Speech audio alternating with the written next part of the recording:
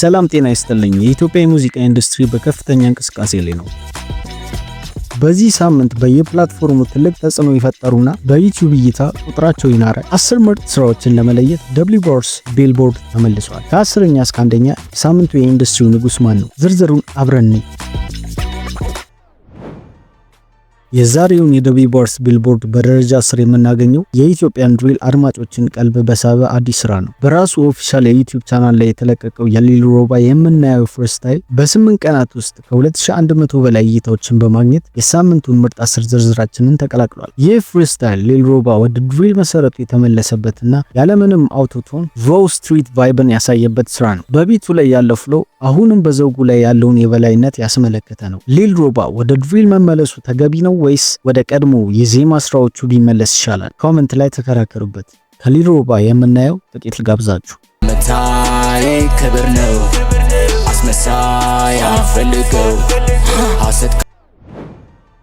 ወደ ደረጃ 9 ስንወድ አራት አዳዲስ አርቲስቶች በአንድ ላይ ሆነው የኢትዮጵያን ሂፕ ሆፕ ትክክለኛ ለዛ ለማሳየት የመጡበትን ስራ እናገኛለን። ደስ አይዛክ ያዝቃልና አብነት ባላ በጥምረት የሰሩት This is Hip Hop የተሰኘው ሙዚቃ የሳምንቱ የቢልቦርድ ሰንጠረዣችን ላይ በ9ኛ ደረጃነት ተቀምጧል። ይህ ስራም በ3 ሳምንት ውስጥ 6100 እይታዎችን በማግኘት ትልቅ ግስጋሴን እያሳየ ይገኛል። አራቱም አርቲስቶች በየራሳቸው ፍሎ ስታይል የሂፕ ሆፕን ኦሪጂናል ስሜት የመለሱበት ሲሆን በተለይ በግጥም ብቃታቸው አድማጭን መሳብ ችለዋል። የወደፊት የኢትዮጵያ ሂፕ ሆፕ ተስፋዎች እነዚህ ናቸው ትላላችሁ? ከThis is Hip Hop ጥቂት ልጋብዛችሁ። በቋራጭ አይደለም የጫንኩት ዘውዴ አካኪ ዘራፍ አትክፈት የኔን በራፍ ጊዜን ተጠቀምበት። ወደ ደረጃ 8 ስንዘልቅ የአዲስ አበባን ስትሪት ቫይብ በዘመናዊ መልኩ ይዞ የመጣውን አንቶኒ እና ዲጄ ማክን እናገኛለን። አሮጌ አራዳ ፓርት 2 የተሰኘው ስራቸው በሳምንቱ የቢልቦርድ ዝርዝራችን 8ኛ ደረጃ ላይ ተቀምጧል። ይህ ሙዚቃ በአንቶኒ ኦፊሻል የዩቲዩብ ቻናል ከተለቀቀ ገና 4 ቀናትን ቢሆንም የሚያስቆጠረው በአሁኑ ሰዓት 7100 እይታዎችን በማግኘት በሚገርም ፍጥነት ወደ ላይ እየገሰገሰ ይገኛል። የአንቶኒ ለየት ያለ ፍሎ ከዲጄ ማክ ቢት ጋር ተዳምሮ ለአሮጌው አራዳ አዲስ ህይወት የሰጠ ስራ ሆኗል። የዚህ ሙዚቃ የመጀመሪያው ፓርት 1 ይበልጣል ወይስ ይሄኛው ፓርት 2? የናንተ ምርጫ ኮሜንት ላይ አስፍሩ። ከአንቶኒ አሮጌ አራዳ ጥቂት ልጋብዛችሁ። አራዶቹ መጡ ይባላል ድምጻችን ሲሰማ ከላይ እንጂ ከታች ለፉክር ከነማ እንደ አራዳ ስንጫወት ባራዳ። ወደ 7ኛ ደረጃ ስንዘልቅ የሁለት ድንቅ ድምፃውያንን ጥምረት የሆነውንና የሳምንቱን ከፍተኛ ሃይፕ ያገኘውን ስራ እናገኛለን። ንቁባይ ከኤላማን ጋር በመሆን ፍቅር አይደለም በተሰኘው አዲስ ስራቸው 7ኛ ደረጃ ላይ ተቀምጠዋል። ይህ ሙዚቃ በንቁባይ ኦፊሻል የዩቲዩብ ቻናል ከተለቀቀ ገና 2 ቀናትን ብቻ ያስቆጠረ ቢሆንም በአሁን ሰዓት 7900 እይታዎችን በማለፍ በሚገርም ፍጥነት ወደ ላይ እየገሰገሰ ይገኛል። የሁለቱ አርቲስቶች ድምጽ ተስማሚነትና የዘፈኑ ላይሪክስ የብዙዎችን ቀልብ መሳብ ችሏል። ከሁለቱ አርቲስቶች በዚህ ሙዚቃ ላይ ማን ይበልጥ ተመችቷቸዋል? ንቁባይ ወይስ ኤላማን? ኮሜንት ላይ አሳውቁኝ። ከፍቅር አይደለም ጥቂት ልጋብዛችሁ። ምን ተይዞ ኩራት እስኪ ምን ተይዞ ጀነን እስከሆን ተፈሪ ካላልኩ ንግስቴን የመነን እንዲህ ነው ስትሉ። በደረጃ 6 ላይ ደግሞ የሳምንቱን ኮከብ አርቲስት እናገኛለን።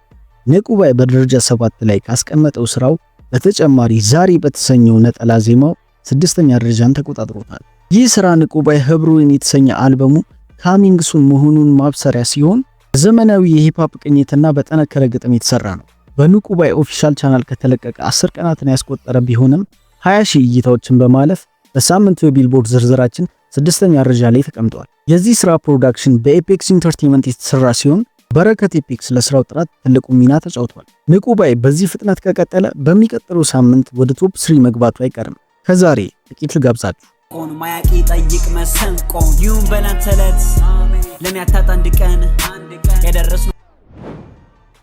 ወደ ቶፕ 5 ስንገባ የሳምንቱን የቢልቦርድ ሰንጠረዣችንን በብቸኝነት እየመራ ያለው ንቁባይ በበላይነት እናገኘዋለን።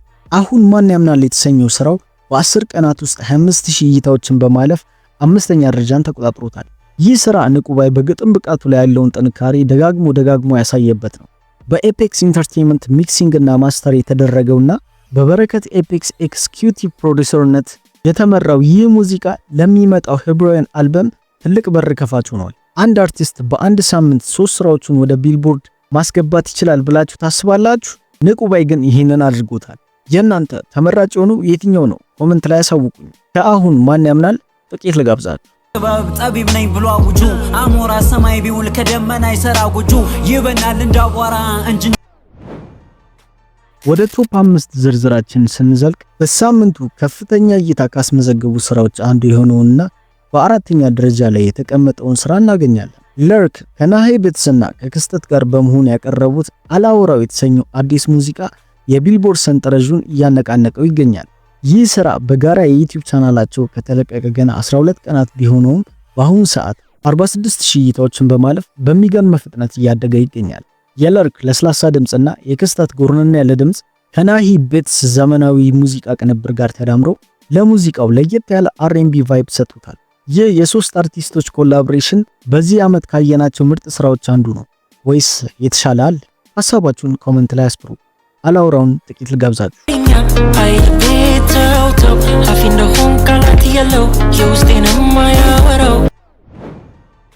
ወደ ቶፕ 3 ደረጃ ሰንጠረዣችን ዝርዝር ስንገባ የሳምንቱን የድሪል ትኩሳት ይዞ የመጣውን ኮተቢያንስ እናገኛለን። በሙሌዲ የዩቲዩብ ቻናል የተለቀቀውና ከፍተኛ ተቀባይነትን ያገኘው ይህ አዲስ ስራ በሳምንቱ የቢልቦርድ ዝርዝራችን 3ኛ ደረጃ ላይ ተቀምጧል። በአሁን ሰዓት 74000 እይታዎችን በማለፍ የኢትዮጵያን ድሪል ወደ አዲስ ደረጃ አሸጋግሮታል። በኮተቢያንስ የሚሰማው የድምጽ ኢነርጂ እና የቢት ክብደት ለሙዚቃው እውነተኛ የጎዳና ላይ ሮ ቫይብ ሰጥቶታል። ኮተቢያንስ በዚህ ስራቸው የሰፈር ትኩረትን እና የድሪል ሙዚቃን በማዋሃድ የብዙ ወጣቶችን ቀልብ መሳብ ችለዋል። ይህ ስራ እስከ ዓመቱ መጨረሻ ድረስ በቢልቦርድ ሰንጠረዣችን ውስጥ የሚቆይ ይመስላል። ኮተቢያንስ የኢትዮጵያ ድሪል አዲስ ነገስታት ናቸው ወይስ የተሻለ አዲስ ድሪለር አለ? ኮሜንት ላይ ተከራከሩ።